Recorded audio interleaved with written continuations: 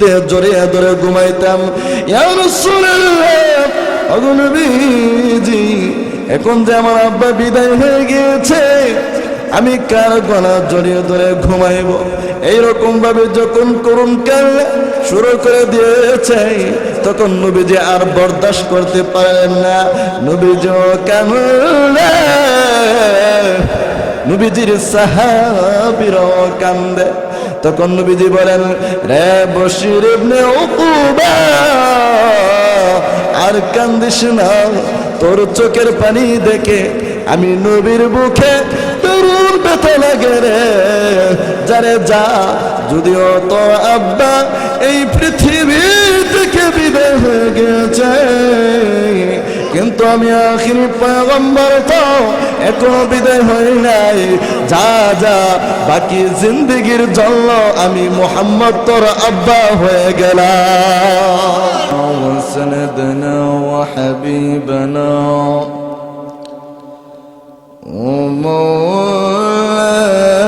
ومولانا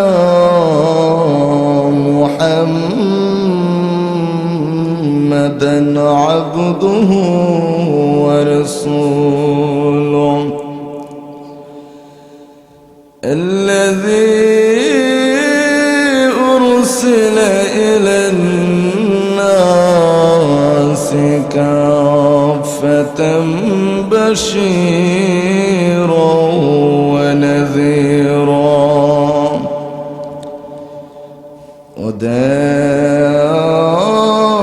وداعيا إلى الله بإذنه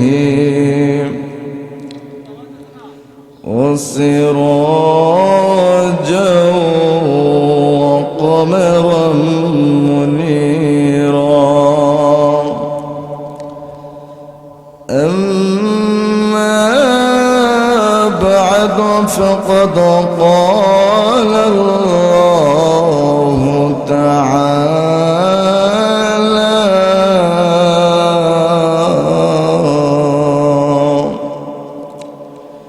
في كلامه المجيد وفي فرقانه الحميد. أعوذ بالله من الشيطان الرجيم. بسم الله الرحمن الرحيم. قل إن كنتم تحبون الله فاتبعوني يحببكم الله ويغفر لكم ذنوبكم والله غفور رحيم. صدق الله العظيم. وقال النبي صلى الله عليه وسلم: لا يؤمن أحدكم حتى أكون أحب إليه من والده وولده والناس أجمعين. সকলে জবান খুলে নবীজির মহব্বতে কয়েক মর্তবা দুরূদ শরীফ পাঠ করি। সাল্লাল্লাহু আলা সাইয়্যিদিনা ওয়া মাওলানা মুহাম্মদ ওয়া আলা আলিহি ওয়া আসহাবিহি ওয়া সাল্লাম। নবীর শানে পড়েন দরুদ, ও মুমিন ভাই বসিয়া মুদের দরুদ শুনবেন নবীজি রওজা পাকির শুইয়া সাল্লাল্লাহু আলা সাইয়্যিদিনা ওয়া মাওলানা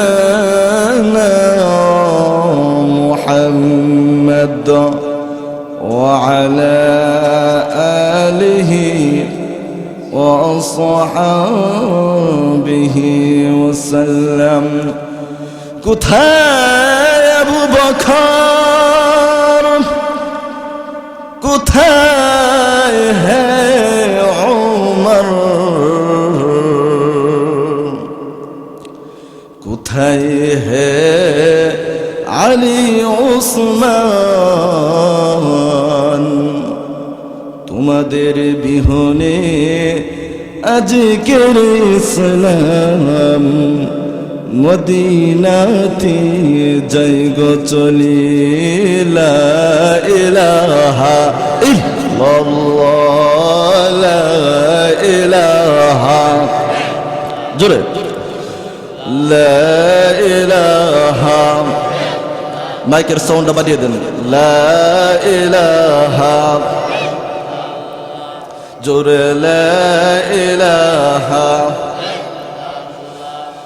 لا إله إلا الله، لا إله إلا الله، لا إله، جر لا إله إلا الله، لا إله، لا إله إلا الله، لا إله إلا الله، لا إله، جر لا إله، لا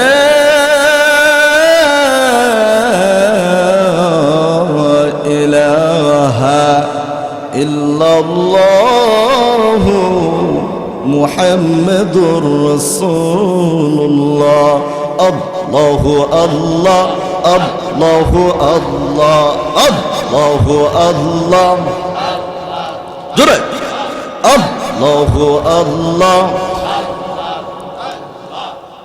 الله الله الله الله، ও বুঝমনরে ডুবল বেলা দেখনা চাহিয়া। আল্লাহ আল্লাহ আল্লাহ আল্লাহ আল্লাহ আল্লাহ, ও বুঝমনরে ডুবল বেলা দেখনা চাহিয়া। আল্লাহ আল্লাহ আল্লাহ আল্লাহ আল্লাহ, পর পারার ডাক পড়িলে, পর পারার ডাক পড়িলে পার হইবি তুই কিলাইয়া। ডুবল বেলা দেখনা চাহিয়া। আল্লাহ আল্লাহ আল্লাহ আল্লাহ, ও বুঝমনরি ডুবল বেলা দেখনা চাহিয়া। আল্লাহ আল্লাহ আল্লাহ আল্লাহ, পর পারের ডাক পড়িলে, পর পারের ডাক পড়িলে পার হইবি তুই কিলাইয়া।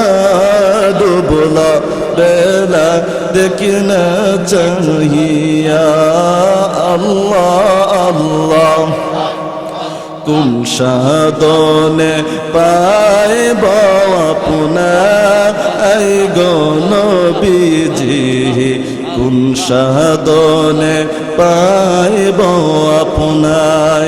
আল্লাহ আল্লাহ আল্লাহ আল্লাহ, বনের যত পশুগান ভক্তি করতাই দুই চরণ। বনের যত পশুগান ভক্তি করতাই দুই চরণ মেঘমালা ছায়া দিত গায় গো নবীজি কোন সাধনে পাইব আপনায় আল্লাহ আল্লাহ আল্লাহ আল্লাহ ও বুঝবান রে ডুবল বেলা দেখি না চাহিয়া আল্লাহ আল্লাহ পর পারের ডাক পড়িলে পর পারের ডাক পড়িলে পর হইবি তুই কি লইয়া ডুবলা বেলা দেখি না চাহিয়া আল্লাহ আল্লাহ লা ইলাহা ইল্লাল্লাহ মুহাম্মাদুর রাসূলুল্লাহ সাল্লাল্লাহু আলাইহি ওয়াসাল্লাম। গজরিয়াকান্দা মধ্যপাড়ার উদ্যোগে কর্তৃক আয়োজিত আজকের প্রথম বার্ষিক ইসলামী মহাসম্মেলনের অত্যন্ত শ্রদ্ধাভাজন সম্মানিত সভাপতি সাহেব এবং সহসভাপতি সাহেব এবং উপস্থিত রয়েছেন মুআজ্জাজ মুকাররম হযরত উলামায়ে কেরাম, দূর দূরান্ত থেকে আগত সর্বস্তরের ধর্মপ্রাণ মুসলমান ভাইয়েরা, বিশেষ করে পর্দার অন্তরালের অত্যন্ত শ্রদ্ধা অবলা সবলা আমার পর্দানিসীন মা ও বোনেরা, সর্বপ্রথম আমার মহান আল্লাহ সুবহানাহু ওয়া তাআলার দরবারে কালিমাতুশ শুকর আদায় করছি, যেই মহান রব আমাকে এবং আপনাদেরকে এই গভীর রজনীতে কোরআন হাদিসের আলোচনা শোনার জন্য এবং করার জন্য আল্লাহ পাক রব্বুল আলামিন আজকে এই জান্নাতের বাগানের মধ্যে আসার এবং বসার জন্য তৌফিক দান করেছেন। সেই জন্য আমরা চিৎকার মেরে একবার বলি আলহামদুলিল্লাহ। আমার প্রিয় ভাইয়ারা, অনেকে ভাবতে পারেন হুজুরের যে লম্বা জিকির দিছে কি আলোচনা করবে, জিকির করলে কি খারাপ লাগে? কোনো খারাপ লাগছে? কোনো খারাপ কিছু বলছি? আমার যে আল্লাহ শব্দ কি সুন্দর আছে না, ঠিক আছে না? শব্দগুলো উচ্চারণ, অনেকে জিকির করে কিন্তু শব্দের উচ্চারণ ঠিক নাই, ঠিক কিনা? এরকম জিকির আছে কিনা? কিন্তু জিকির করতে হবে সহি তরিকা, আর কথাগুলো কি বলছে সেটা বুঝতে হবে, ঠিক কিনা? তো আমার প্রিয় ভাইয়েরা, জিকির করেছি এত রাত্রে, আপনাদের ঘুম যাতে ভাঙ্গে আর আমার সাথে সাথে যাতে সওয়াবও পেয়ে যায়, ঠিক কিনা? জিকির করলে দিলের ময়লা পরিষ্কার হয়, সুবহানাল্লাহ। তো আমার প্রিয় ভাইয়েরা, আমরা যে এই মাহফিলের মধ্যে আসতে পেরেছি এতে আপনারা খুশি না বেজার? আলহামদুলিল্লাহ বলেন, খুশি হওয়ার ওই কথা। আমার প্রিয় ভাইয়েরা, এই যে মাহফিলের মধ্যে এসেছি, এই ধরনের মাহফিলের মধ্যে যেখানে কোরআন হাদিসের আলোচনা হয়, এই রকম মজলিসের মধ্যে আসলে কি ফায়দা সেটা আমাদের জানার দরকার আছে কিনা? আমার প্রিয় ভাইয়েরা, আমরা যখন এইরকম মাহফিলের মধ্যে আসলে কি ফায়দা, কি লাভ, কি গুরুত্ব, কি ফজিলত, এইগুলা যখন আমরা জানবো, তখন এইরকম মজলিসের মধ্যে সারা রাত্র কাটায় দিলে আমাদের কোনো সমস্যা হবে না ইনশাআল্লাহ। তখন এইরকম মজলিসের মধ্যে বসতে আমাদের ভালো লাগবে, ঠিক কিনা? কারণ শয়তান তো আমাদেরকে ধোঁকা দিচ্ছে আরম্ভ করছে, এত রাত্র হয়ে যাচ্ছে। হ্যাঁ আমার প্রিয় ভাইয়েরা, আমরা রাসূলকে মহব্বত করতে চাই কি চাই না? আমরা রাসূলের খাঁটি উম্মত হতে চাই কি চাই না? আমার প্রিয় ভাইয়েরা, আপনারা জানেন বর্তমান পৃথিবীতে কুফরি শক্তিরা, বাতিল শক্তিরা এই ইসলামকে, এই ধরনের মাহফিলকে, মাদারিসে কওমিয়াকে ধ্বংস করে দেওয়ার জন্য তারা বিভিন্ন রকমের ষড়যন্ত্র চালিয়ে যাচ্ছে, ঠিক কিনা? আজকের এই গজরিয়াকান্দা মধ্যপাড়ার মাহফিল থেকে আমরা স্পষ্টভাবে নাস্তিকদেরকে জানিয়ে দিতে চাই, তোমরা যতই চেষ্টা করো না কেন, তোমাদের সেই চেষ্টা কোনোদিন সফল হবে না, ঠিক কিনা?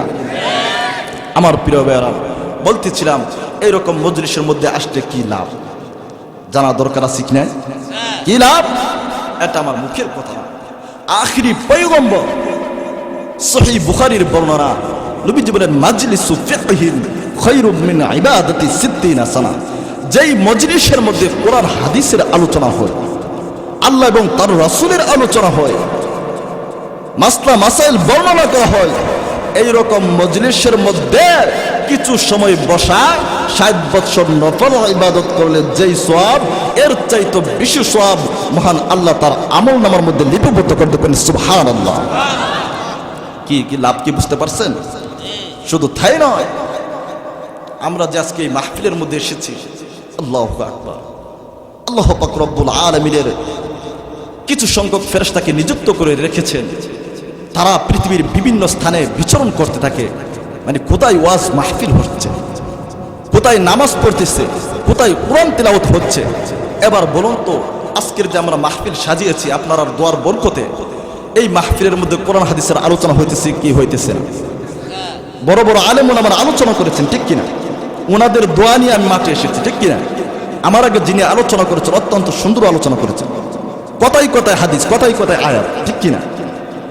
আমার প্রিয় ভাইরা, তো আসুন ওই রকম আল্লাহর একদল নিযুক্ত প্রাপ্ত ফেরেশতারা যখন পৃথিবীর বিভিন্ন স্থানে বিচরণ করতে থাকে, তখন বিচরণ করতে করতে যখন গজারিয়াকান্দা মধ্যপাড়ার মতন মাহফিল পেয়ে যায়, তখন তারা চতুর্দিক দিয়ে বেষ্টন করে ফেলে। সুবহানাল্লাহ।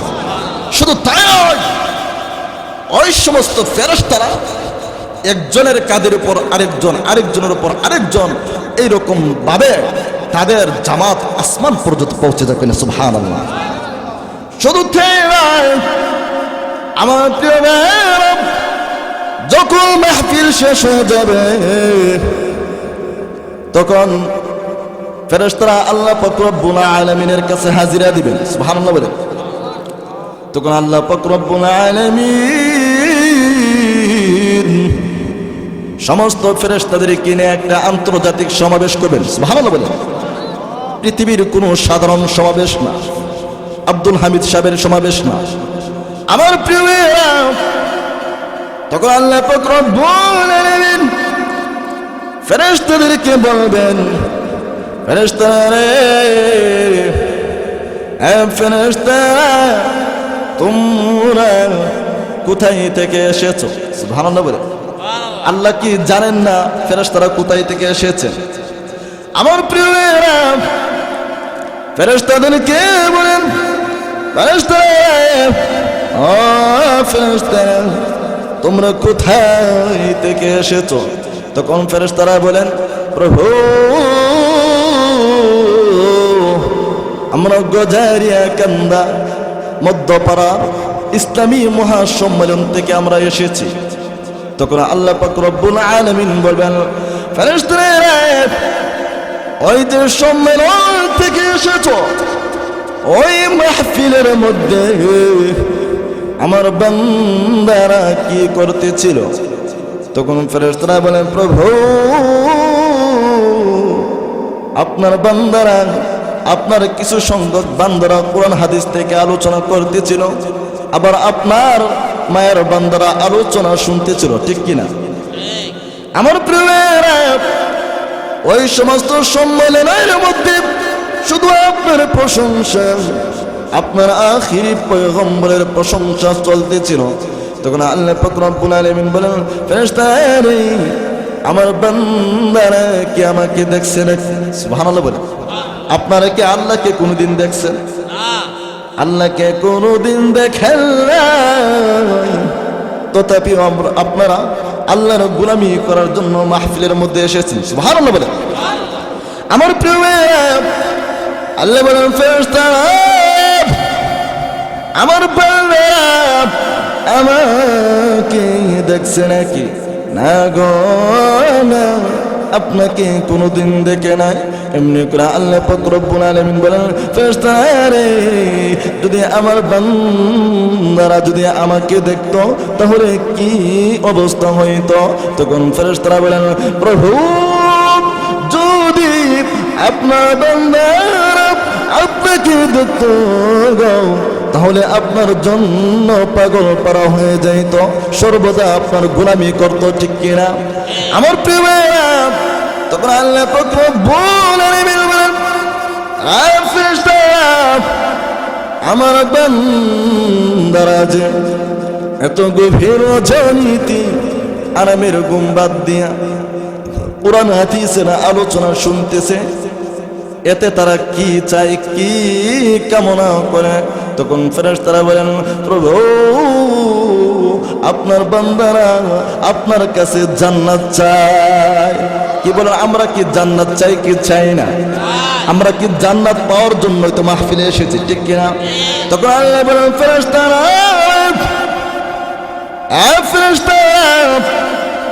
আমার বান্দারা কি জান্নাত দেখেছে? না গো না, জান্নাত দেখে না।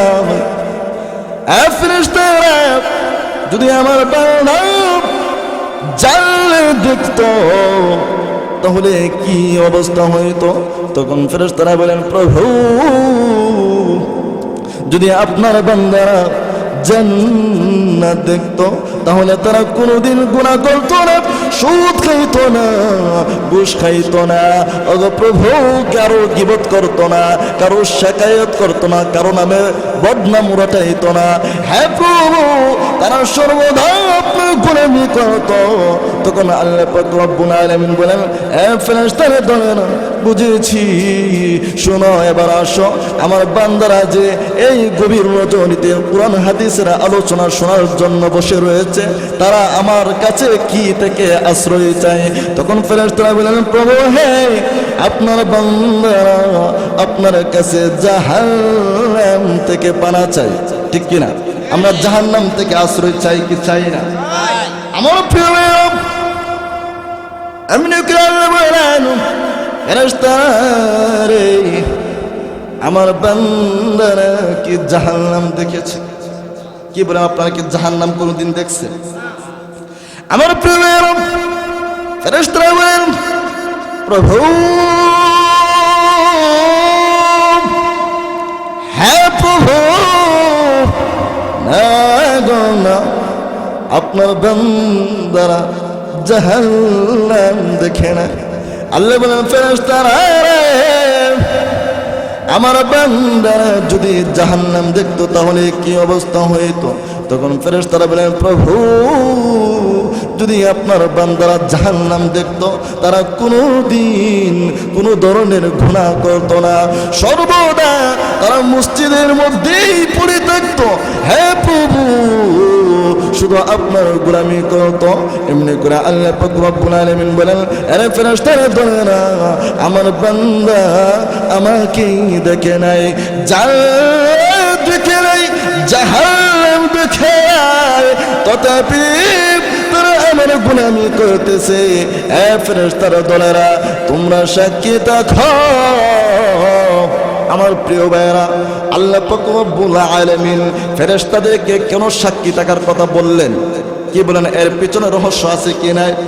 আমার প্রিয় ভাইরা, তাফসীরের কিতাবের মধ্যে লিখেন আল্লাহ পাক রব্বুল আলামিন কেন ফেরেশতাদেরকে সাক্ষী রাখলেন, এর হিকমত হইল, আমার প্রিয় ভাইরা, আল্লাহু আকবার, আল্লাহ পাক রব্বুল আলামিন কিন্তু এই পৃথিবীতে মানব জাতি সৃষ্টি করা 50,000 বৎসর পূর্বে আল্লাহ পাক রব্বুল আলামিন ফেরেশতাদের সাথে একটা পরামর্শ করেছিলেন। সুবহানাল্লাহ বলেন।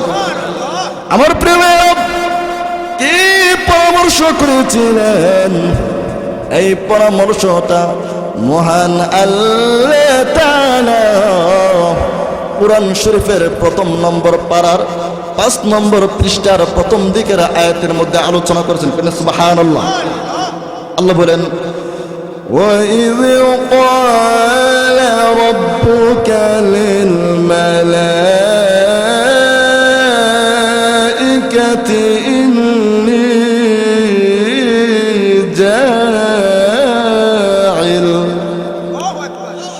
جاعل في الأرض خليفة قالوا أتجعل فيها من يفسد فيها ويسفك الدماء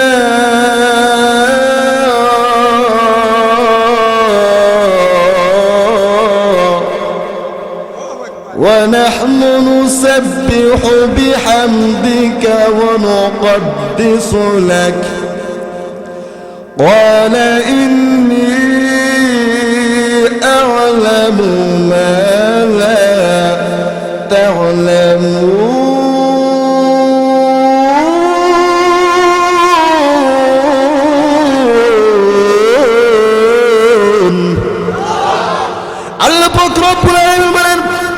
وإذ قال ربك للملائكة إني جاعل في الأرض خليفة أقول بيدي আপনি স্মরণ করুন ওই দিনের কথা যেই দিন আপনার রব লিল মালাইকাতি ইন্নী জাইলুন ফিল আরদি খলিফা ফেরেশতাদেরকে সম্বোধন করে বলেছিলেন ফেরেশতারা আমি এই পৃথিবীতে আমি আদম জাতি আমার প্রতিনিধি খলিফা সৃষ্টি করতে চাই তোমাদের কি সিদ্ধান্ত সুবহানাল্লাহ বলেন আমার প্রিয় তখন ফেরেশতারা বলেছিলেন ওয়ালু আতাজআলু ফিহা মান ইফসিদু ফিহা ওয়া ইয়াসফিকু আদ-দিমা আপনি এই পৃথিবীতে এমন একটি জাতি সৃষ্টি করবে যারা মারামারি করবে আল্লাহ কাটাকাটি করবে রক্ত ফাসাদ ঘটাবে হে প্রভু ونحن نسبح بحمدك ونقدس لك আমরা এই তো আপনার তাসবিহ তাহলিল পাঠ করি কেন গো আপনি এই পৃথিবীতে আবার মানব জাতি সৃষ্টি করবেন যখন ফেরেশতারা এই পরামর্শ দিলেন তখন আল্লাহ পাক রব্বুল আলামিন বলেন হে ফেরেশতারা থামো হয়েছে শুনে রাখো এমনি করে আল্লাহ পাক রব্বুল আলামিন তাদের প্রতি উত্তরে বলে দিয়েছেন ইন্নী আ'লামু মা লা তা'লামুন আল্লাহ বলেন ফেরেশতারা নিশ্চয় আমি মহান আল্লাহ যা জানি তোমরা তা জানো না আল্লাহর সিদ্ধান্ত হলো এই পৃথিবীতে মানব জাতি সৃষ্টি করবেন আল্লাহু আকবার বলেন আমার প্রিয় ভাইরা তখন আল্লাহ বলেন ফেরেশতারা আমার বান্দা জান্নাত দেখে না জাহান্নাম দেখে না আমাকে দেখে না আমার আখিরি পয়গম্বরকে দেখে না ফেরেশতারা শুধু তাই নয় আমার নবীজির কোন সাহাবীদেরকে দেখে নাই তথাপি তারা আমার গোলামি করতেছে ফেরেশতারা তোমরা সাক্ষী থাকো আজকে এই মাহফিলের মধ্যে যারা এসেছে আমি মহান আল্লাহ তাদের উপর এত রাজি আর খুশি হয়েছি যার কারণে আমি তাদের সমস্ত গুনাহগুলো ক্ষমার ঘোষণা দিয়ে দিলাম আমি আমার ওই বান্দাদের জন্য আমার তৈরি রেখে দিলাম জান্নাত সুবহানাল্লাহ বলেন এখন আমি যে এতক্ষণ যাবত আপনাদের সম্মুখে কিছু কথা বললাম আপনারা মনে করবেন না কোনো কিসসা কাহিনী আমি কোনো কিসসা কাহিনী বলি না এটা একটা লম্বা হাদিস সুবহানাল্লাহ বলেন আমার প্রিয় ভাইয়ারা আমরা যে এই মাহফিলের মধ্যে এসেছি লাভ আছে কি নাই এইরকম মাহফিলের মধ্যে আমরা আসতে চাই কি চাই না ভাই আল্লাহর জন্য রাসূলের জন্য কি একটা রাত্র কাটানো যায় না ভাই এই পৃথিবীতে আর কয়দিন বাঁচবে 60-70 বছরের জিন্দেগি ঠিক কি না হুট কইরা মরে গেলে সব শেষ ঠিক না আমার প্রিয় ভাইরা আলোচনা কি চলবো আরো কোনো অসুবিধা হচ্ছে না তো ইনশাআল্লাহ আমার প্রিয় ভাইরা আসুন আমি আপনাদের সম্মুখে মহাগ্রন্থ কোরআন থেকে সূরাত আল ইমরানের একটা আয়াত তেলাওয়াত করেছি ওই আয়াতের মধ্যে আল্লাহ পাক রব্বুল আলামিন বলেন কুল হ্যাঁ নবী আপনি বলুন ইন কুনতুম তুহিব্বুনাল্লাহ তোমরা যদি আল্লাহকে পেতে চাও, তোমরা যদি আল্লাহকে ভালোবাসতে চাও, সুবহানাল্লাহ বলে, আমরা আল্লাহর ভালোবাসা চাই কি চাই না? জোরে বলেন, আরো জোরে। আমরা আল্লাহর ভালোবাসা চাই কি চাই না? আমরা আল্লাহকে পেতে চাই কি চাই না? সকলের ওই দাবি, আমরা আল্লাহকে পেতে চাই, আল্লাহর ভালোবাসা পেতে চাই, ঠিক কি না? দেখেন আল্লাহ বলেন, পৃথিবীর মানুষেরা, আমার তেলাওয়াতকৃত আয়াতের মধ্যে বলেন, তোমরা যদি আল্লাহকে পেতে চাও, ভালোবাসতে চাও, তাহলে একটা শর্ত আছে। সুবহানাল্লাহ। শর্ত কি? ফাত্তাবিউনি,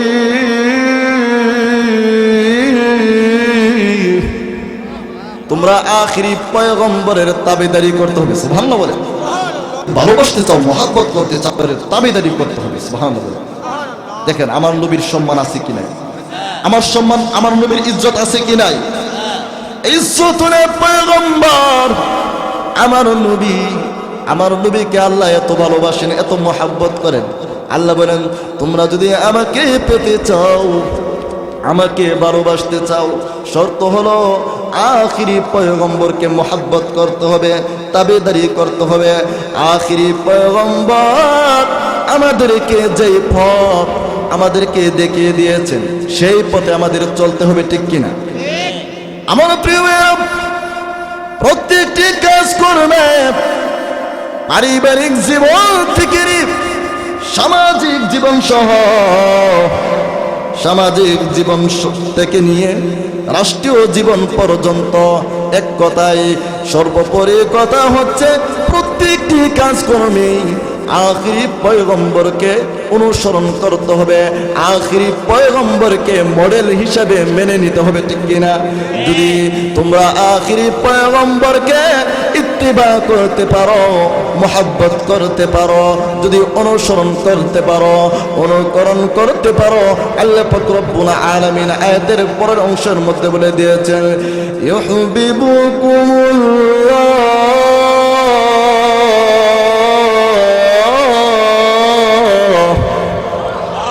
আল্লাহ পাক রব্বুল আলামিন তোমাদেরকে ভালোবাসবেন।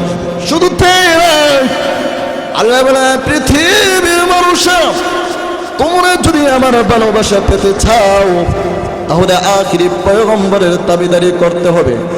আর যদি তোমরা আখিরি পয়গম্বরের তাবেদারি করতে পারো, আল্লাহ পরের আয়াতের মধ্যে, পরের অংশের মধ্যে বলে দিয়েছেন, وَيَغْفِرُ لَكُمْ ذُنُوبَكُمْ وَاللَّهُ غَفُورٌ رَحِيمٌ।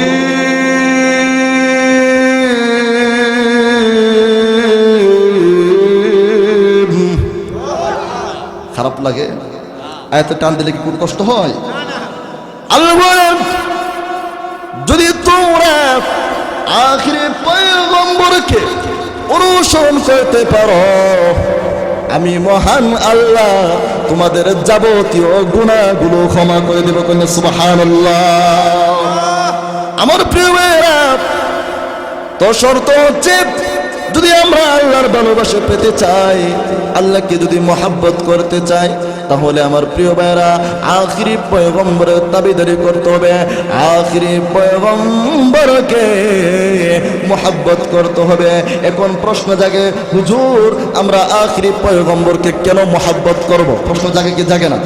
একটু জিকির করেন, লা ইলাহা ইল্লাল্লাহ, লা ইলাহা, একটু সবাই নড়াচড়া করেন, লা ইলাহা, জোরে লা ইলাহা,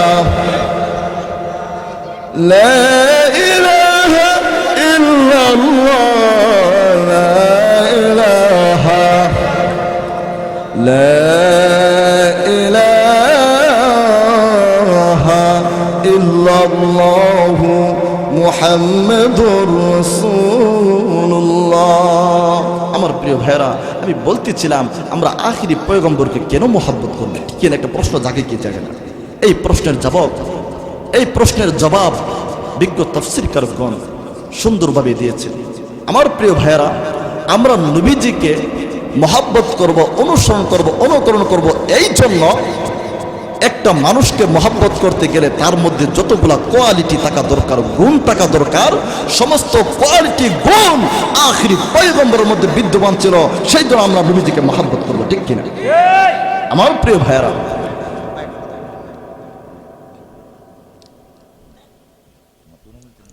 আমার প্রিয় ভাইয়েরা, একটা মানুষ আরেকটা মানুষকে মহাব্বত করে, তার মধ্যে কিছু গুণ থাকলেই মহাব্বত করে, ঠিক কিনা? আমার প্রিয় ভাইয়েরা, তাফসীরের কিতাবের মধ্যে দেখেন মুফাসসিরিনে কেরামগণ বলেন, মানুষ মানুষকে ভালোবাসে অনেকগুলা গুণ থাকার কারণে। তোর মধ্যে ওনারা 4টি গুণকে বিশেষভাবে উল্লেখ করেছে। এই 4টি গুণ যদি আমি বলতে যাই আরো অনেক সময়ের দরকার, সেই জন্য আমি সংক্ষিপ্তভাবে বলছি। আমার প্রিয় ভাইয়েরা, ওনারা এই 4টি গুণের মধ্যে থেকে, 4টি স্বভাবের মধ্যে থেকে আবার তারা বিশেষভাবে 2টি গুণকে বিশেষভাবে উল্লেখ করেছে। তো 2টা গুণ কি? একটা মানুষ আরেকটা মানুষকে মহাব্বত করে তার ইলম থাকার কারণে। সুবহানাল্লাহ। যেমন মনে করেন আমাদের মধ্যে উলামে দেওবন্দের সূর্য সন্তান আল্লামা উলিফুরি সাহেবের নাম শুনছেননি? আল্লামা জুবাইর আহমদ আনসারীর নাম শুনছেননি? তো আল্লামা জুবাইর আহমদ আনসারী, হযরত শাহজালাল ইয়ামানি রহমাতুল্লাহি আলাইহি, হযরত খাজা মঈনুদ্দিন চিশতি রহমাতুল্লাহি আলাইহি, হযরত আব্দুল কাদের জিলানী রহমাতুল্লাহি আলাইহি, ওনারা আলেম ছিলেন কি ছিলেন না বলেন? ওনারা কি বড় আলেম ছিলেন না? তো ওনারা কি আমাদের কোনো আত্মীয় হয়? ওনারা কি আমাদের কোনো ভাই হয়? ওনারা কি আমাদের কোনো ঘনিষ্ঠ আত্মীয় হয়? কোনো আত্মীয় হয় না। এরপরও দেখা যায় আমরা উলিফুরি সাহেব হুজুরকে আমরা মহাব্বত করি, ঠিক কিনা? এরপরও দেখা যায় আল্লামা জুবাইর আহমদ আনসারী, আমার রুহানি পীর সাহেব হুজুর, ওই হুজুরকে আমরা মহাব্বত করি। কেন? উনি একজন বড় আলেম, ঠিক কিনা? দেখেন, একজন মানুষ আলেম হওয়ার কারণে, ইলম থাকার কারণে, সে আমার আত্মীয় না হওয়ার পরও তার মহাব্বত আমার অন্তরের মধ্যে এমনিতে চলে আসে, ঠিক কিনা? তো আমার প্রিয় ভাইয়েরা, সোজা কথা আমরা বুঝে ফেললাম, একটা মানুষ আরেকটা মানুষকে মহাব্বত করে তার ইলম থাকার কারণে, ঠিক কিনা? এবার আসুন, তাহলে বলুন তো, আমাদের নবীজি ইলম ছিল কি ছিল না? আমাদের নবীজির কি ইলম ছিল? আল্লাহ বলেন, পৃথিবীর মানুষ, আমি আখিরি পয়গম্বরকে তামাম পৃথিবীর সমস্ত ইলম দান করে দিয়েছি। সুবহানাল্লাহ বলেন। আমার নবী আল্লাহর পরে তামাম পৃথিবীর সব কিছুর ঊর্ধ্বে ইলমওয়ালা। সুবহানাল্লাহ বলেন। এটা হচ্ছে আমার নবীর চূড়ান্ত পর্যায়ের সম্মান, ঠিক কিনা? আমার প্রিয় ভাইয়েরা, তাহলে এবার আসুন, আরেকটা সবব হচ্ছে মানুষ মানুষকে মহাব্বত করে সৌন্দর্য হওয়ার কারণে, ঠিক কিনা? দেখবেন একটা মানুষ যদি অত্যন্ত সুন্দর হয়, সুঠাম দেহের অধিকারী হয়, সে যদি আত্মীয় না হয়, তথাপিও তার উপর আমাদের মহাব্বত চলে যায়। আর যদি কোনো ছোট্ট বাচ্চা অত্যন্ত সুন্দর হয়, নাকটা খাড়া খাড়া, চোখগুলা ডাগর বিশিষ্ট, এইরকম সন্তান আছে কি নাই? এদেরকে দেখলেই মায়া লাগে, মন চাই তাদের কি কোলের মধ্যে নিয়ে একটু চুমু খাই, ঠিক কিনা? তাহলে বোঝা গেল একটা মানুষ আর একটা মানুষকে মহাব্বত করে তার সৌন্দর্য থাকার কারণে। তাহলে এবার আসুন, একটা মানুষ যদি আরেকটা মানুষকে সৌন্দর্য থাকার কারণে মহাব্বত করে, এবার বলুন তো আমার নবীজি সৌন্দর্য ছিলেন কি ছিলেন না? আমার প্রিয়, আমার নবীজি কেমন সৌন্দর্যের অধিকারী ছিলেন বলবো? কষ্ট হইতেছে না? আপনার সাহস দিলেন, ইনশাআল্লাহ বলতে পারবো, বলবো। আমার প্রিয় নবীজি কেমন সুন্দর ছিলেন, আল্লাহু আকবার। আম্মা জান আয়েশা সিদ্দিকা বলেন, নবীদের উম্মতেরা রে, আমার নবীজি এত সুন্দর ছিলেন, আমার আখিরি পয়গম্বর এত সুন্দর ছিলেন। নবীজির উম্মতেরা, যখন আমার নবী আখিরি পয়গম্বর অন্ধকার ঝাঁকিতে আমার হুজরা শরীফে প্রবেশ করতেন, কোনো বাতি নাই, ল্যাম্প নাই, লাইট নাই, আলো নাই। নবীজির চেহারা এত সুন্দর ছিল, নবীজির চেহারার আলো দিয়া আমি আয়েশা সূচের ছিদ্র দিয়া সুতা গাঁথতে পারতাম। কন্যা সুবহানাল্লাহ। শুধু তাই নয়, আপনারা জানেন হযরত ইউসুফ পয়গম্বরকে মহান আল্লাহ তাআলা তামাম পৃথিবীর অর্ধেক সৌন্দর্য দান করা হয়েছিল, ঠিক কিনা? কিন্তু হযরত ইউসুফ পয়গম্বরের চাইতে আমার নবী আখিরি পয়গম্বর লক্ষ লক্ষ কোটি কোটি গুণ সৌন্দর্যের অধিকারী ছিল। কেন সুবহানাল্লাহ। আমার প্রিয়রা, শুধু তাই নয়, আম্মাজান আয়েশা সিদ্দিকা বলেন, ও মিশরের মহিলারা, তোমরা ইউসুফ পয়গম্বরের সৌন্দর্য দেখে আপেল কাটতে যাইয়া চাকু দিয়া তোমাদের হাতের আঙ্গুল কেটে ফেলেছিলে, ঠিক কি না? আপনারা এই ঘটনা জানেন কি জানেন না? ও মিশরের মহিলারা, শুনে রাখো, তোমরা যদি আমার স্বামী, আমার আখিরি পয়গম্বর রাহমাতুল লিল আলামিনকে, আমার কলিজার টুকরা মুহাম্মদুর রাসূলুল্লাহ সাল্লাল্লাহু আলাইহি ওয়াসাল্লামকে একটা নজর দেখতা, তাহলে ওই চাকু দিয়া তোমাদের আঙ্গুল না কাটিয়া তোমাদের কলিজার মধ্যে চাকু লাগাইয়া দিতা। আমার প্রিয় ইউসুফ পয়গম্বরের সৌন্দর্য দেখে একটা মানুষ কালমা পড়ে মুসলমান হয় না, ঠিক কিনা? শুধু ইউসুফের প্রেমে ইউসুফ জুলাইখায় পাগল ছিল, কিন্তু আমার নবীর প্রেমে তামাম পৃথিবীর সব কিছু পাগল ছিল। আল্লাহু আকবার। শুধু তাই নয়, তামাম পৃথিবীর সব কিছু আখিরি পয়গম্বরের জন্য পাগল, ঠিক কিনা? শুধু তাই নয়, পৃথিবীর সব কিছু কিন্তু আল্লাহর জন্য পাগল। আর আমার মহান আল্লাহ, আমার নবীজির এত সম্মান, এত ইজ্জত, আল্লাহ স্বয়ং নবীর জন্য পাগল। এই কথাটা আমার মুখে নয়, আল্লাহু আকবার। একটা কিতাব আছে, দর্সে আদালতে পড়ানো হয়, উর্দু সাহিত্যের একটা কিতাব। ওই কিতাবের মধ্যে দেওবন্দ মাদ্রাসার প্রতিষ্ঠাতা আল্লামা কাসিম নানুতুবি রাহমাতুল্লাহি আলাইহি নবীজির প্রশংসা করতে যাইয়া একটা শের নিয়েছেন, খুদা তেরা তু खुदा का हबीब और महबूब खुदा है आपका आशिक तुम उसके आशिक जार। উনি এই কথা বোঝাতে চাচ্ছেন, ওগো আখিরি পয়গম্বর, আপনি এত ইজ্জতওয়ালা, এত সম্মানিত, তামাম পৃথিবীর সব কিছু আল্লাহর জন্য পাগল, আর মহান আল্লাহ স্বয়ং আপনি নবীর জন্য পাগল। কেন সুবহানাল্লাহ। আমার প্রিয়রা, তাহলে আসুন আমরা যদি সৌন্দর্যের দিকে লক্ষ্য করি, তখন আমরা দেখতে পাবো যে আখিরি পয়গম্বর পৃথিবীর সব কিছুর চাইতে বেশি সৌন্দর্যের অধিকারী ছিলেন, ঠিক কিনা? আমার প্রিয় ভাই, শুধু তাই নয়, একদিন হযরত হালিমাতুস সাদিয়া আর হযরত আমেনা নবীজির সৌন্দর্যের প্রশংসা করতে যাইয়া আলোচনা করতেছে। আমার প্রিয় ভাইরা, এমনি করে আল্লাহ পাক রব্বুল আলামিন একজন ফেরেশতাকে পাঠালেন, জিবরাইল, যা দেখো আমার মায়ের বান্দিরা আন্দাজ কইরা ভালো করে না বুঝাও না, আমার নবীজির সৌন্দর্যের আলোচনা করতেছে।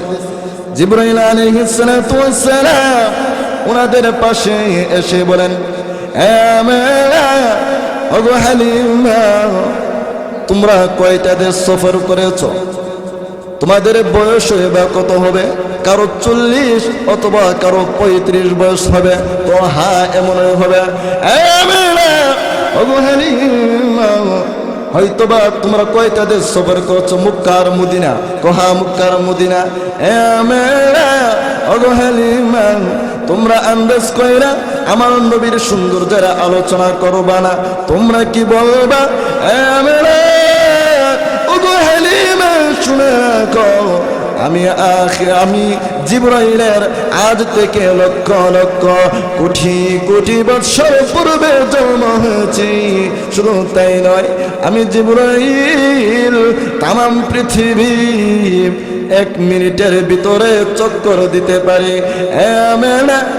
হালিমা শুনে রাখো, আমি জিবরাইল তামাম পৃথিবী ঘুরে ঘুরে চক্কর দিয়ে দেখেছি, কিন্তু আখিরি পয়গম্বরের চাইতে এত সুন্দর চেহারা আমি জিবরাইল জিন্দেগিতে কোনোদিন দেখি নাই। আমার প্রিয় তখন বলেন, জিবরাইল থামো, তুমিও তো তাদের মতোই বললে, আন্দাজ করে বলবা না? তুমি কি বলবা? আমি আখিরি পয়গম্বরের সৌন্দর্যের আলোচনা। তোমরা কি বলবা? আমিনা বলে আমি দেখি নাই, হালিমা বলে আমি দেখি নাই। ও জিবরাইল, তুমি বলে আমি দেখি নাই, আমি দেখি নাই দ্বারা আমার নবীর সম্মান হলো না। জিবরাইল, আমিনা, ওগো হালিমা শুনে রাখো, আমি মহান আল্লাহ তামাম পৃথিবীর সব কিছু সৃষ্টি করেছি, কিন্তু আখিরি পয়গম্বরের চাইতে এত সুন্দর চেহারা আমি আর কাউকে দিয়া বানাইনি। এটা হচ্ছে আমার নবীর চূড়ান্ত পর্যায়ের সম্মান, ঠিক কিনা? যেটা আল্লাহ বলে ফিরেছেন, এই পৃথিবীতে আমি নবীর চাইতে আর কাউকে সুন্দর করে বানাই না। সুবহানাল্লাহ। কি বলে, আমার নবীর সৌন্দর্যের আলোচনা শুনলে কি কষ্ট লাগে? আল্লাহু আকবার। যারা মুমিন তাদের কাছে ভালো লাগে, আর যাদের মধ্যে মুনাফিকি আছে তারা নবীর প্রশংসা শুনলে কষ্ট লাগবে, ঠিক কিনা? আমার প্রিয় ভাইয়া, তাহলে আসুন, একটা মানুষ যদি আরেকটা মানুষকে সুন্দর হওয়ার কারণে ভালোবাসে, তাহলে আমার নবী সবচাইতে বেশি সৌন্দর্যের অধিকারী ছিলেন কি ছিলেন না? তাহলে নবীজিকে মহব্বত করা চাই, ঠিক কিনা? একটা মানুষ যদি আরেকটা মানুষকে তার ইলম থাকার কারণে মহব্বত করে, তাহলে আমার নবীর সবচাইতে মহব্বত পাওয়ার বেশি হকদার, ঠিক কিনা? কারণ আমার নবীর সবচাইতে বড় আলেম, আবার সবার চাইতে বেশি সৌন্দর্যের অধিকারী। শুধু তাই নয়, আমার নবীজি, আল্লাহু আকবার। আমার প্রিয় ভাইরা, একটা মানুষ আরেকটা মানুষকে মহব্বত করতে গেলে যতগুলো কোয়ালিটি থাকা দরকার, সমস্ত কোয়ালিটি গুণগুলা আমার নবীজির মধ্যে বিদ্যমান। আমি যে বলছিলাম, নবীজিকে আমরা কেন মহব্বত করব, কেন অনুসরণ করব? এই জন্য করব, নবীজির মধ্যে সমস্ত গুণগুলো বিদ্যমান রয়েছে, ঠিক কিনা? তো আমার নবীজিকে মহব্বত করতে চাই কি চাই না? আমার প্রেমের দর্শন, নবীজিকে মহব্বত করতে হবে। আমার প্রিয় ভাইয়ের কেন মহব্বত করবেন? আমার পাঠকৃত হাদিসের মধ্যে নবীজি নিজেই বলে দিয়েছেন, উম্মতেরা রে, লা ইউমিনু আহাদুকুম হাত্তা আকুনা আহাব্বা ইলাইহি মিন ওয়ালিদিহি ওয়া ওয়ালাদিহি ওয়ান নাসি আজমাইন। এই পৃথিবীর মানুষেরা যতক্ষণ পর্যন্ত তোমরা আমি আখিরি পয়গম্বরকে তোমাদের মাতা পিতার চাইতে, তোমাদের সন্তান সন্ততির চাইতে, এক কথায় ওয়ান্নাসি আজমাইন, তামাম পৃথিবী সমস্ত মানুষের চাইতে আমি আখিরি পয়গম্বরকে বেশি মহব্বত না করবা, ততক্ষণ পর্যন্ত তোমরা প্রকৃত ঈমানদার হতে পারবে না। এই হাদিস দ্বারা পরিষ্কার বোঝা যায় নবীজিকে মহব্বত করা ঈমানের অঙ্গ। সুবহানাল্লাহ বলে, আপনি যদি নবীজিকে খালি মহব্বত করলেই চলবে না, তামাম পৃথিবীর সব কিছুর চাইতে বেশি মহব্বত করতে হবে। আমার যদি নবীজিকে তামাম পৃথিবীর সব কিছুর চাইতে মহাব্বত করতে পারেন, তাহলে আপনি প্রকৃত ঈমানদার হয়ে যাবেন। এই জন্যই তো সাহাবে কেরাম নবীজির প্রকৃত আশিক রাসূল ছিলেন। আর আমরা তো আশিকে রসুলুল্লাহ, আশিকে জিলাপি, ঠিক কিনা? আমার প্রিয় সাহাবে কেরাম নবীজির জন্য জীবন উৎসর্গ করে দিয়েছে। আল্লাহু আকবার। আমার প্রিয় বেরা সাহাবীরা নবীজিকে খুব বেশি ভালোবাসতেন। তারা নবীজির কথাগুলা পুঙ্খানু রূপে পালন করতেন। আমার প্রিয় বেরা আল্লাহু আকবার। দেখুন সাহাবীরা নবীজিকে কেমন ভালোবাসতেন। আমি ছোট্ট একটা ঘটনা আপনাদের সম্মুখে নিয়ে আসতে চাই। আপনারা শুনতে রাজি আছেননি? অত্যন্ত করুণ একটা কাহিনী হবে। এই ঘটনা শুনে যদি আপনার চোখের মধ্যে একটু পানি আসে রে ভাই, এই পানিটা কঠিন মুসিবতের দিন আপনার নাজাতের উসিলা হয়ে যেতে পারে, ঠিক কিনা? আমার ভাইয়েরা সাহাবীরা নবীজির মহব্বতে জীবন উৎসর্গ করে দিয়েছেন। আল্লাহু আকবার। আল্লাহর নবীর একজন সাহাবী সিরাত তিনি কিতাবের মধ্যে লিখেন, বশির ইবনে উকবা রাদিয়াল্লাহু তাআলা আনহুমা 7 বছরের ছোট্ট বাচ্চা, সুবহানাল্লাহ বলে। 7 বছরের ছোট্ট বাচ্চা দৌড়ে নবীজির কাছে গিয়ে বলেন, ইয়া রাসূলুল্লাহ, ইয়া হাবিবাল্লাহ, ওগো নবীজি, ওগো বিশ্ব নবী রাহমাতুল লিল আলামিন, আপনি যে যুদ্ধের ময়দান থেকে চলে আসলেন, আমার আব্বা যে আসলো না, আমার আব্বা কোথায়? আমার আব্বাকে আপনি কোথায় রেখে এসেছেন? ওগো নবীজি, আমার আব্বাকে তো আমি দেখতে পাচ্ছি না, অন্যান্য সাহাবীদেরকে দেখতে পাচ্ছি। নবীজি কথা বলে না, আসমানের দিকে তাকাইয়া চোখের পানি ছেড়ে দিয়ে শুধু কান্দে আর কান্দে, আর মনে মনে ভাবতেছে, প্রভু আমি এত ছোট্ট বাচ্চাকে কেমনে বুঝাবো গো, আমার বুঝে ধরে না, আমি তাকে কেমনে বুঝাবো? তারা আব্বা যায় আল্লাহ, তারা আব্বা যে শাহাদাত বরণ করে যুদ্ধের ময়দানে শাহাদাত বরণ করে আল্লাহর তৈরি জান্নাতে চলে গেছে। নবীজি কথা বলে না। আমার প্রিয় ভাইরা, এমনি করে বশির ইবনে উকবা রাদিয়াল্লাহু তাআলা আনহুমা নবীজির কদম মুবারকের মধ্যে জড়িয়ে ধরে বলেন, ইয়া রাসূলুল্লাহ, ইয়া হাবিবাল্লাহ, ওগো নবীজি, কথা বলেন না। শুধু আসমানের দিকে তাকায় চোখের পানি ছেড়ে দিয়ে শুধু কান্দেন আর কান্দেন। উত্তর দেন না কেন গো? তখন নবীজি বলে, রে বশির ইবনে উকবা, তোর আব্বা শাহাদাত বরণ করে আল্লাহর তৈরি জান্নাতে চলে গেছে, এখন তো আমি আর এনে দিতে পারবো না। যেই মাত্র এই কথা বলেছে, তখন বশির ইবনে উকবা রাদিয়াল্লাহু তাআলা আনহুমা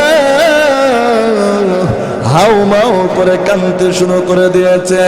ইয়া রাসূলুল্লাহ, ওগো নবীজি, ওগো বিশ্ব নবী রাহমাতুল লিল আলামিন, আপনি তো জানেন আমার ভাই নাই, আমার মা নাই, আমার আত্মীয় স্বজন বলতে কেউ নাই, আমি কোথায় যাব? আমাকে কে আশ্রয় দিবে? আমি কার কাছে যাব গো? আমি এখন কোথায় ঘুমাবো? আমি কোথায় যাব? আমার আব্বা এত নিষ্ঠুর কেমন হইল, এত নির্দয় কেমন হইল? আমার আব্বা কি একটিবার যাও আমার কাছে বলে যেতে পারলো না? আমার আব্বা কি আমাকে একটু বলে যেতে পারলো না? এখন যে আমার আব্বা নাই, আমি কোথায় যাব? কার কাছে যাব গো? এইরকম ভাবে করুণসা কান্না শুরু করে দিয়েছে। আমার আল্লাহু আকবার। তখন বশির ইবনে উকবা রাদিয়াল্লাহু তাআলা আনহু উনি বলেন, ওগো নবীজি, সূর্য লাল হয়ে যাচ্ছে, একটু পরে মাগরিবের আযান হবে। আমি তো প্রতিদিন রাত্রে বেলায় আমি আমার আব্বার গলার মধ্যে জড়িয়ে ধরে ঘুমাইতাম। ইয়া রাসূলুল্লাহ, ওগো নবীজি, এখন যে আমার আব্বা বিদায় হয়ে গিয়েছে, আমি কার গলা জড়িয়ে ধরে ঘুমাইব? এইরকম ভাবে যখন করুণ কান্না শুরু করে দিয়েছে, তখন নবীজি আর বরদাস্ত করতে পারেন না। নবীজি কান্দে, নবীজির সাহাবীরাও কান্দে। তখন নবীজি বলেন, রে বশির ইবনে উকুবা, আর কান্দিস না, তোর চোখের পানি দেখে আমি নবীর বুকে তরুণ ব্যথা লাগে রে। যারে যা, যদিও তোর আব্বা এই পৃথিবী থেকে বিদায় হয়ে গেছে, কিন্তু আমি আখিরি পয়গম্বর তো এখনো বিদায় হই নাই। যা যা, বাকি জিন্দেগির জন্য আমি মুহাম্মদ তোর আব্বা হয়ে গেলাম। বশির ইবনে উকবা, এখন থেকে তুই প্রতিদিন আমি আখিরি পয়গম্বরের মধ্যে গলা জড়িয়ে ধরে ঘুমিয়ে। সুবহানাল্লাহ। আমার প্রিয় ভাইরা, আমি যে বলছিলাম, তোমরা নবীজি বলছিলেন তোমরা ততক্ষণ পর্যন্ত প্রকৃত ঈমানদার হতে পারবে না যতক্ষণ পর্যন্ত তোমরা আখিরি পয়গম্বরকে তামাম পৃথিবীর সব কিছু চাইতে ভালো না বাসবা। তো এই ঘটনা যে আপনারা শুনছেন, বলেন তো সাহাবীরা নবীজিকে পৃথিবীর সব কিছু চাইতে বেশি মহব্বত করতেন কি করতেন না? দেখেন, ওনার সন্তানকে ফেলে দিয়া উনি নবীজির মহব্বতে এই ইসলামকে প্রতিষ্ঠা করার জন্য উনি শাহাদাত বরণ করে আল্লাহর তৈরি জান্নাতে চলে গেছে, ঠিক কিনা? তাহলে আমরা নবীজিকে এইরকম ভাবে মহব্বত করতে চাই কি চাই না? আমরা নবীজির জন্য জীবন দিতে রাজি আছি কি নাই? আমার প্রিয় ভাইরা, আমি আলোচনা লম্বা করতে চাই না। আমি বুঝতেছি আপনাদের অনেক কষ্ট হচ্ছে। আমার প্রিয় ভাইরা, যদি আসুন আমরা যদি আখিরি পয়গম্বরকে সাহাবীদের মতো মহব্বত করতে পারি, যদি অনুসরণ করতে পারি, অনুকরণ করতে পারি, খোদার কসম আল্লাহ পাক রব্বুল আলামিন আমাদেরকে ভালোবাসবেন। বলেন সুবহানাল্লাহ। শুধু তাই নয়, আল্লাহ পাক রব্বুল আলামিন আমাদের যাবতীয় সমস্ত গুনাহগুলো মাফ করে দেবেন। বলেন সুবহানাল্লাহ। আমার প্রিয় ভাইরা, এখন আমরা নবীজিকে মহব্বত করতে চাই কি চাই না? আমার প্রিয় ভাইরা, তাহলে আমরা নামাজ পড়তে রাজি আছি না ইনশাআল্লাহ? আমরা দাঁড়িয়ে রাখতে রাজি আছি না ইনশাআল্লাহ? আমরা আমাদের মা বোনদেরকে বলছি, আপনারা পর্দার প্রতি খুব খেয়াল রাখবেন। আজকে এমন একটা সমাজের মধ্যে আমরা উপনীত হয়েছি, পর্দার প্রতি কোনো ভ্রুক্ষেপ নাই, ঠিক কিনা? আর কোনো হুজুর পর্দার ওয়াজও করে না, যেই ওয়াজ মজা লাগে সেটাই বলে। পর্দার ওয়াজ নাই, নামাজের ওয়াজ কোন, ঠিক কিনা? তখন আপনারা বলবেন, হুজুর আপনি দিয়ে দেখা যায় নবীদের মহব্বত নিয়ে আলোচনা করেন। আমি এই জন্য করেছি যাতে নবীদের মহব্বতটা তৈরি হয়ে যাতে আপনার নামাজি হয়ে যান, ঠিক কিনা? কারণ নবীদের মহব্বত যখন আপনার দিলের মধ্যে তৈরি হয়ে যাবে, তখন আপনার নামাজ পড়তে শয়তান আপনাকে বাধা দিতে পারবে না, ঠিক কিনা? তো আমরা যারা দাঁড়িয়ে রাখছেন, আমরা দাঁড়িয়ে রাখতে রাজি আছি ইনশাআল্লাহ? আমরা 5 ওয়াক্ত নামাজ পড়তে রাজি আছি ইনশাআল্লাহ? আমার প্রিয় ভাইয়েরা, আমি আলোচনার দীর্ঘায়িত করব না। আমি জানি আপনারা অনেক কষ্ট করছেন। তো আমার প্রিয় ভাইয়েরা, আপনারা 5 ওয়াক্ত নামাজ পড়বেন। আমি আপনাদেরই সন্তান, ঠিক কিনা? আপনাদের এলাকার সন্তান। রাত্র গভীর হয়ে গিয়েছে, যদি বেশি না হয়তো আরো বেশি আলোচনা করতাম, কারণ অনেকের অনেক কষ্ট হচ্ছে। তো যতটুকু আলোচনা করলাম, আল্লাহ পাক রব্বুল আলামিন যাতে আমাদের এই আলোচনার উপর আমল করার তৌফিক দান করেন, ঠিক কিনা? তো আমার প্রিয় ভাইরা, আসুন, এই যে আমরা মাহফিল করলাম, এই মাহফিল করার উদ্দেশ্য কি? একমাত্র আল্লাহ এবং তার রাসূলকে পাওয়া, ঠিক কিনা? আজকে এই মাহফিল করার কারণেই কিন্তু আপনার নবীজির কথাগুলো শুনতেছেন, ঠিক কিনা? কোরআন হাদিসের কথাগুলো শুনতেছেন, ঠিক কিনা? তো এইরকম মাহফিলটা কি আপনারা সামনের বছর হোক চান কি চান না? ইনশাআল্লাহ আপনারা শুধু দোয়া করবেন, আমরাই করবো ইনশাআল্লাহ। তবে আপনাদের দোয়া দরকার, আপনারা আমাদের পাশে থাকবেন ইনশাআল্লাহ। রাজি আছেন না ইনশাআল্লাহ? ইনশাআল্লাহ আমি কারো ছোট ভাই, কারো ভাতিজা, এলাকার সন্তান। আমার কিন্তু ইনশাআল্লাহ আমার বয়ান ইউটিউবের মধ্যে পাবেন ইনশাআল্লাহ। অনেক ওয়াজ আছে আপনাদের দরবার কথা, আমিও অনেক বিভিন্ন এখন প্রোগ্রাম করি আলহামদুলিল্লাহ। তো আমার প্রিয় ভাইয়ের, আসলে আমি অদম গুনাহগার। দেখেন, একটা আয়োজন হয়েছে আপনাদের দরবার করতে। আমি ইনশাআল্লাহ যত বছর এই পৃথিবীতে বেঁচে যাব, ইনশাআল্লাহ এই আয়োজনটা হবে ইনশাআল্লাহ। সবাই ইনশাআল্লাহ বলে। ইনশাআল্লাহ এই আয়োজনটা অনেক বড় হবে ইনশাআল্লাহ। আমাদের স্বপ্ন অনেক বড়। এই মাহফিলের মধ্যে ইনশাআল্লাহ লক্ষ লক্ষ মানুষ হবে একসাথে ইনশাআল্লাহ আলহামদুলিল্লাহ বলে। মানুষরা কোরআন হাদিসের আলোচনা শুনবে। হয়তো আজকে দেখা যায় অর্ধরাত্রি পর্যন্ত হচ্ছে, এমন একটা সময় হবে 3 দিন ব্যাপী হবে আলহামদুলিল্লাহ বলে। তো আমার প্রিয় ভাইরা, আল্লাহ পাক রব্বুল আলামিন সবাইকে কবুল আর মঞ্জুর করুক। তো ভাই, আপনাদের জন্য আমরা কিছু করতে পারিনি। অনেকে আসছেন খেদমতের, আমাদের উচিত ছিল আপনাদেরকে ভালো করে খাওয়ানো। আমাদের উচিত ছিল আসলে আমার যে ফিকির, আমার একমাত্র ফিকির হচ্ছে আমার তাম পৃথিবীর মানুষের খেদমত করা। আমি যদি আপনাদের খেদমত করে যদি পৃথিবীতে বিদায় হতে পারি, এটাই আমার জন্য সার্থক। আমার প্রিয় ভাইরা, আপনার জন্য কিছু করতে পারি নাই, আমার বাপ চাচারা কিছু করতে পারে নাই, এজন্য মনের মধ্যে কোনো কষ্ট নেবেন না। আমরা তবুও আপনাদের জন্য অল্প পরিসরে কিছু তাবারকের সুব্যবস্থা করেছি। ইনশাল্লাহ মোনাজাত হবে, মোনাজাতের মধ্যে সকলে মোনাজাত ধরতে রাজি আছেন ইনশাল্লাহ? আর মোনাজাতের মধ্যে আপনার যারা আছেন সবাই সিন্নি দিয়ে দিবেন, কেউ লড়াচড়া করবেন না, রাজি আছেন ইনশাল্লাহ?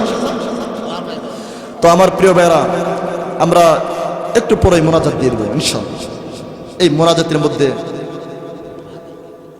আচ্ছা ঠিক আছে ইনশাল্লাহ, এই মুহূর্তে একটু ধৈর্য ধরেন, আমার আব্বু কিছু কথা বলবেন ইনশাল্লাহ, অল্প সময় ইনশাল্লাহ, আপনারা একটু শুনে। ربنا ظلمنا أنفسنا وإن لم تغفر لنا وترحمنا لنكونن من الخاسرين رب ارحمهما كما ربياني صغيرا رب ارحمهما كما ربياني صغيرا يا حي يا قيوم برحمتك نستغيث يا حي يا قيوم برحمتك نستغيث আল্লাহ তাআলা প্রভু,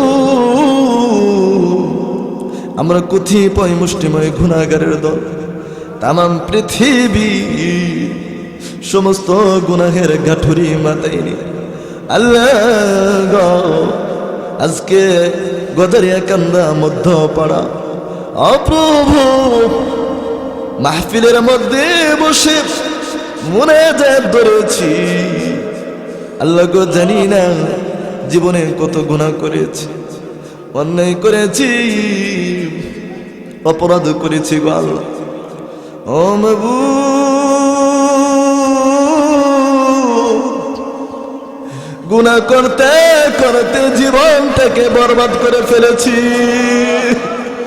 ও মাবুদ, যদিও আমরা গুনাহগার তথাপিও গো আপনার হয়তো গোলাম গো আল্লাহ, তুমি যদি আমাদেরকে ক্ষমা না করে দাও আমরা কার কাছে যাব গো আল্লাহ?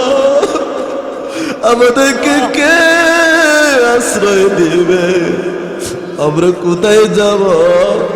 তোমার দরবার ছাড়া তো আমাদের অন্য কোনো দরবারে যাওয়ার কোনো সুযোগ নেই। ও মাবুদ, যদি তুমি আমাদেরকে তোমার দরবার থেকে বিদায় করে দাও, তবুও ঘুরে ঘুরে তোমার দরবারে আবার যাব। আল্লাহ, ও মাবুদ, আমাদের মা বাবা দাদা দাদি নানা নানি কলিজার টুকরা গুলাকে ক্ষমা করে দাও। ওগো আল্লাহ, আজকে আমি গুনাহগারের সাথে যারা হাত উত্তোলন করেছে এই মজলিসের মধ্যে, কার না জানি কলিজার টুকরা কার আদরের মা নাই, কার আব্বা নাই। ও মাবুদ, যাদের আব্বা আম্মা তোমার ডাকে সাড়া দিয়া কবরের বাসিন্দা হয়ে গেছে, আল্লাহ সকলের কবরের আযাব বন্ধ করে দাও। প্রভু, পৃথিবীর মানুষের আল্লাহ মা বাবার কথা, মরণের কথা শুনলে কেউ সহ্য করতে পারে না। আল্লাহ, যাদের মা বাবা কবরের বাসিন্দা হয়েছে সকলের কবরকে তুমি জান্নাতের বাগান বানায় দাও গো আল্লাহ। ও মাবুদ, আমাদের যাদের মাথা পিতে দুনিয়াতে বেঁচে আছে আল্লাহ, সবাইকে তুমি নাজাতের সাথে আল্লাহ, হায় আল্লাহ, সবাইকে তুমি নেকের সাথে হায়াতে তৈয়বা দান করে দাও। আল্লাহ তাআলা প্রভু, আজকের মাহফিলকে তুমি কবুল আর মঞ্জুর করে দাও। ও মাবুদ, যেভাবে মাহফিল করার কথা ছিল হয়তোবা সেইভাবে করতে পারি নাই, যদি কোনো ভুল ভ্রান্তি হয়ে থাকে আল্লাহ তুমি আমাদের ভুল ভ্রান্তিগুলো ক্ষমা করে দাও। আজকের মাহফিলকে যারা মাহফিলের মধ্যে এসেছে আল্লাহ, যারা পরামর্শ দিয়া যারা টাকা দিয়া, আল্লাহ যারা আল্লাহ সাহস দিয়া বুদ্ধি দিয়ে আমাদেরকে সহযোগিতা করেছে, সবাইকে তুমি কবুল আর মঞ্জুর করে নাও। এই মাহফিলকে তুমি কঠিন মুসিবতের দিন সবাইকে নাজাতের উসিলা করে দিও। এই মাহফিলকে উসিলা করে এই গ্রামের মধ্যে তুমি খৈরে বরকত দান করে দিও। এই গ্রামের মধ্যে ইসলামের হাওয়া চালু করে দিও। এই গ্রামের মধ্যে আল্লাহ আমাদের একটা মাদ্রাসা আছে গো আল্লাহ, এই মাদ্রাসাকে তুমি কবুল আর মঞ্জুর করে নিও। আল্লাহ চিরজীবন যাতে এই গজরে কান্দা মাদ্রাসা, যেই মাদ্রাসার দ্বারা আমরা আলেম হয়েছি, এই মাদ্রাসাকে তুমি কিয়ামত পর্যন্ত কায়েম আর দায়েম রাখিও আল্লাহ। ওই মাদ্রাসার জন্য যারা কষ্ট করতেছে, লুজিং খাওয়াইয়া হুজুর খাওয়াইয়া সবাইকে তুমি কবুল আর মঞ্জুর করে নিও। আল্লাহ তাআলা প্রভু আমাদের গ্রামের মধ্যে মিল মোহাব্বত তৈরি করে দিও আল্লাহ। আমাদের এই মহল্লা মসজিদকে তুমি কবুল আর মঞ্জুর করে নিও আল্লাহ। আমাদের মহল্লার মসজিদকে তুমি উন্নত করে দাও, বিল্ডিং করে দাও আল্লাহ। আমার মহল্লার মানুষগুলো আমাকে অনেক মোহাব্বত করে, অনেক ভালোবাসে। এই গ্রামের মধ্যে তুমি প্রত্যেকটি ঘরে ঘরে আলেম বানায় দাও, হাফিজুল কোরআন বানায় দাও আল্লাহ। প্রত্যেকটি ঘরে ঘরে তুমি হক্কানি রব্বানি আলেম বানায় দাও। এই গ্রামকে তুমি আশিকে রাসূলের গ্রাম বানায় দাও আল্লাহ। এই বাংলাদেশের মধ্যে তুমি রহমত নাজিল করে দাও গো আল্লাহ। আল্লাহ তামাম পৃথিবীর মুসলমানকে তুমি নেক আল্লাহ একার নেক বানায় দাও আল্লাহ তাআলা প্রভু। বিশেষ করে গো আল্লাহ আল্লাহ আল্লাহ, আজকে আমার নানার উঠানের মধ্যে বসে মাহফিলের আয়োজন হয়েছে আল্লাহ। ওমর ফারুক আল্লাহ, আমার নানাকে তুমি ক্ষমা করে দিও। ও যদি পৃথিবীতে কোনো গুনাহের কারণে আমার নানা নানি দাদা দাদি আল্লাহ গো যারা কবরের বাসিন্দা হয়েছে আল্লাহ, তাদেরকে তুমি ক্ষমা করে দিও গো আল্লাহ। আল্লাহ আমাদের গোষ্ঠীর যারা আছে সবাইকে তুমি ক্ষমা করে দিও। এরকম ভাবে আমার গ্রামের প্রত্যেকটি আল্লাহ ঘরের যারা মুরব্বীরা কবরের বাসিন্দা হয়েছে সবাইকে তুমি ক্ষমা করে দিও গো আল্লাহ। ও বাবু, তুমি আমাদের সমস্ত গুনাহগুলো মাফ করে দিও আল্লাহ। এই মাহফিলের জন্য যারা কষ্ট করেছে সবাইকে তুমি কবুল আর মঞ্জুর করে নিও আল্লাহ তাআলা প্রভু। আমাদের সঙ্গে পর্দানিশী মা বোনের হাত উত্তোলন করেছে সবাইকে তুমি রাবিয়া বসরি বানাইয়া দিও গো আল্লাহ। ও বাবু, সবাইকে তুমি খাদিজাতুল কুবরা বানাইয়া দিও। আমার শ্বশুর শাশুড়ি সবাইকে নেকের সাথে হায়াতে তৈয়বা দান করে দিও আল্লাহ তাআলা প্রভু। আপন হাতে বান্দা তুমি আল্লাহ বানাইয়া কেমনে দিবা জাহান্নামে ফেলিয়া। আপন হাতে বান্দা তুমি আল্লাহ বানাইয়া কেমনে দিবা জাহান্নামে ফেলিয়া। তওবা করে আবার তওবা ভাঙ্গিলা অবশেষে খাঁটি তওবা করিলাম। তওবা করে আবার তওবা ভাঙ্গিলাম অবশেষে খাঁটি তওবা করিলাম। ও তুমি আমাদেরকে ক্ষমা করে দাও, তওবা করলাম আর বাকি জিন্দেগিতে কোনোদিন কোনো ধরনের গুনাহ করব না। আল্লাহ তাআলা প্রভু হে আমাদের পক্ষ হতে লক্ষ কোটি দুরূদ ও সালাম আপনার সোনার মদিনার আখিরি পয়গম্বর, হে প্রভু, যার জন্য তুমি तमाम পৃথিবী সৃজন করেছ, ওই আখিরি পয়গম্বর যাকে সৃষ্টি না করলেন পৃথিবীর কোনো কিছু সৃষ্টি করতেন না, ওই আখিরি পয়গম্বরের রওজা মুবারকে আমাদের প্রত্যেকের নাম ধরে ধরে দুরূদ সালাম পাঠিয়ে দিও। আল্লাহ তাআলা প্রভু, যেই দিন আজরাইল